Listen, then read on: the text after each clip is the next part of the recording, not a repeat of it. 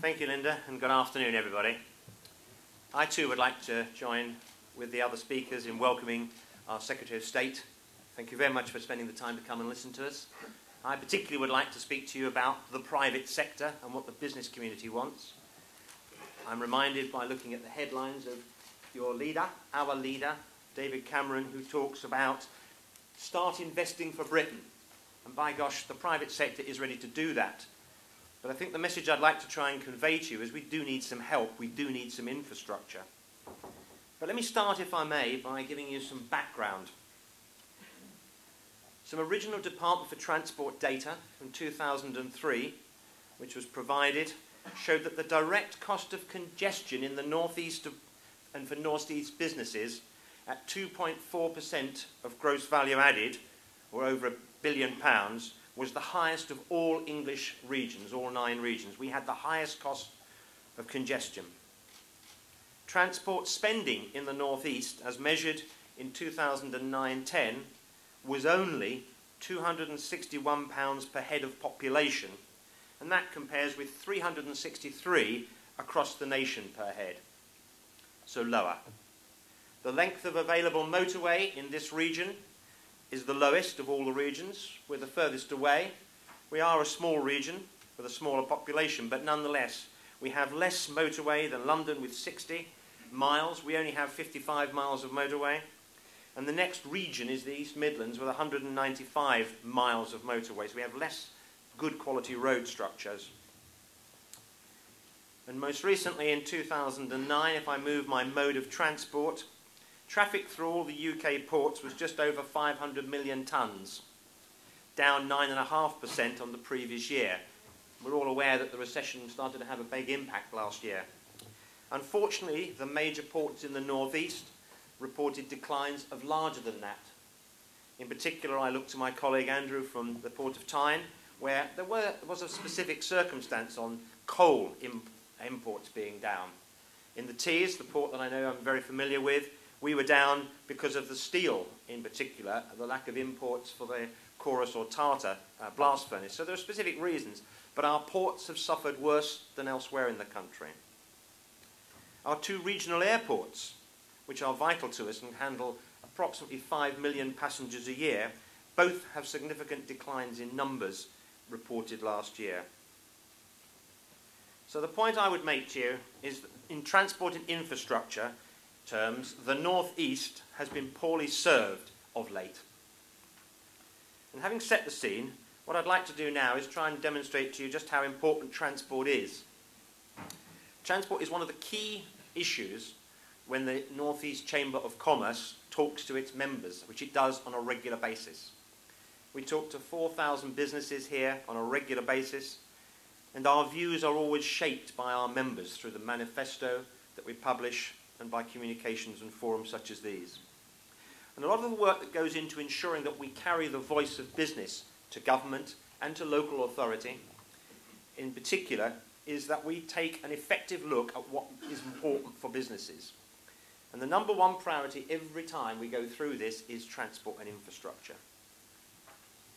And so when the Prime Minister and the Governor of the Bank of England highlight, only last week, that the UK needs to rebalance the economy away from debt-driven consumption towards an increase in exporting of UK goods, this is great news. We're the one region that has got the opportunity here because the effectiveness of our transport links can be vital in ensuring that we maintain our very high export presence that drives the northeast economy.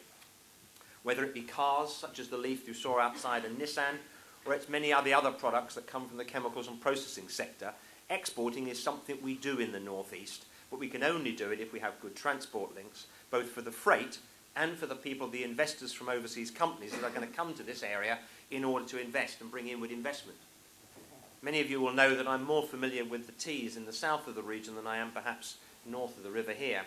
But if you look at the processing and chemical sector, much of it is now owned by overseas global players who have the choice between investing in Marseille or elsewhere in Europe or around the world in the Middle East. If we want them to come to the northeast, they must be able to get here through an effective series of gateways. Gateways for air transport, with the regional airports well served with links to London, but also for their freight movements to bring the products in and out of this area.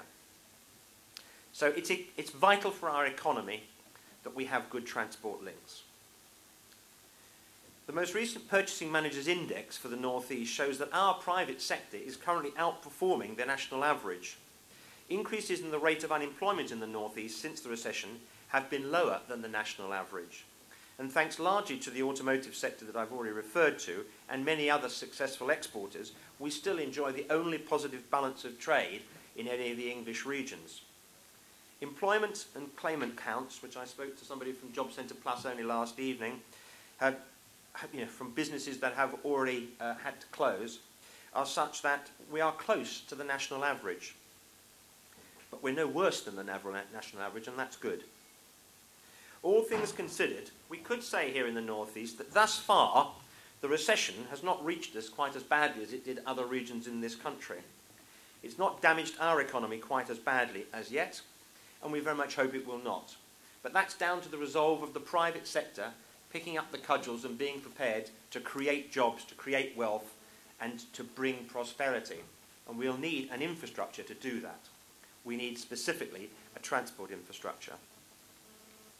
Measurements comparing regional gross value added show that the North East is still bottom of the table, and only Northern Ireland is worse in the UK. One of the great fears, of course, is that the public sector makes a disproportionate amount of the GVA here, and roughly 25% of employment and over 30% of all workforce members are in the North East are from the public sector. And this means that perhaps we are most exposed to the comprehensive spending review and the consequences in terms of public sector cutbacks. And the only way we'll absorb those people and those jobs, whether they be in One North East or the Government Office for North East, as I look down to Paul here, and get us through this economic turbulence is by, again, getting the private sector to invest. We need to be able to persuade people to come to this region and invest. Linda, you mentioned about the cobalt and the industrial park here. These are the signs that we can make it happen here. But we must address the factors which are important to us in wealth and job creation. We must ask, what is our government going to do to help us? And what are we going to do to help ourselves in this region? We have some golden opportunities. Sustainable transport's already been referred to, in particular the low carbon agenda. Domestic transportation is roughly 1/5 of all UK carbon emissions, and lowering the dependence of transport, both passenger and freight, on fossil fuel will only intensify. We must make it a priority that we have low cost and low emissions in our transport. And the North East here enjoys almost an embarrassment of riches. It's an area where sustainable transport is at the heart of where we are investing R&D. Within this region, there is also a designated low-carbon economic area for low-carbon vehicles, which we are very pleased about. There is active engagement between the automotive industry and the region's universities and the academics, in particular related to electric vehicle manufacture and battery development. These plans, I think, are the future for us. We also host the UK's only biofuels supply chain cluster, where we have opportunities. These are things of unsung potential at the moment, but production of biofuels in particular and sustainable fuels and energy sector are remarkable opportunities for ourselves, but much of that investment will come from overseas companies that need to recognise they can get to and from the North East. I'm not going to go into a great detail about the low carbon because it's an energy issue. This one's about transport. So I think we need to identify several strategic priorities in terms of transport and infrastructure. Business has been clear that the strategic priorities are those that give us best access to key national and international markets. And this requires world-class strategic road and rail, air and sea links in order to access the ports and the airports in the first instance. We've already heard from Linda about the A19 and the development here. I have to say, Secretary of State, that the cancellation of the proposed improvements to the two A19 junctions around the Tyne Tunnel was, in our opinion, a little short-sighted and, to be frank, wrong. Just ask many of the businesses who are located only a stone's throw away from here, where we are sitting, just how important that junction is. The first thing I heard on the radio this morning was about the congestion through the Tyne Tunnel. That is the very first thing I hear every workday as I get up, about what it's going to be like getting through the Tyne Tunnel for people to do business. And it's no good just building a new tunnel if you then get stuck at the roundabouts at either end, effectively. It was also very disappointing, considering that the scheme has been given the express backing by the private sector, the business community, as a route of strategic importance. In terms of the A19, it's a clear private sector initiative that we want, a second Tyne Tunnel, and that we want to be linked to favour the upgrades. And the North East Chamber of Commerce has been consistently behind this. The ports, for example, the Port of Tyne, the Port of Tees, want it. You know, that helps with our exports and our imports. But not only do we want it, when you look at the benefits of the second Tyne Tunnel, and in order to let them flow through, and we look at the Highways Agency's own estimates, or we look, for example, at information that was provided by the British Chamber of Commerce only this year, the most cost beneficial of the major projects for transport throughout the country, as defined by the BCC, was the A19 upgrade in terms of its cost-benefit analysis. The NECC supports the government's drive to rein in public sector debts. The business does understand the all too important issues of getting the deficit down. Not many people would agree that targeted infrastructure investment has to be made in some areas. Choices have to be made, we understand. We're just not very comfortable with the choice that's been made, frankly. The drivers of growth for businesses are about the ability to bring investors in, to get people to work, and to make things happen for our freight so that it works better. Hugh, you were kind enough to mention about the upgrade of the East Coast Main Line and the Tees Valley with grade enhancement. Fortunately, you know, I will definitely have retired by the time I ever see this happen, and I'm glad it will happen, but I've been personally asking for this through 4 transport ministers and for 6 years in person. It is taking a long time to take place.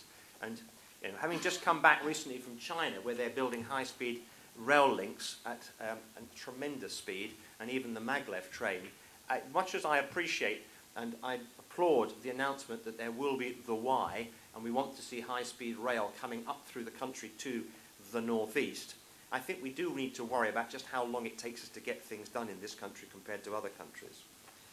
So, I've mentioned some of the issues.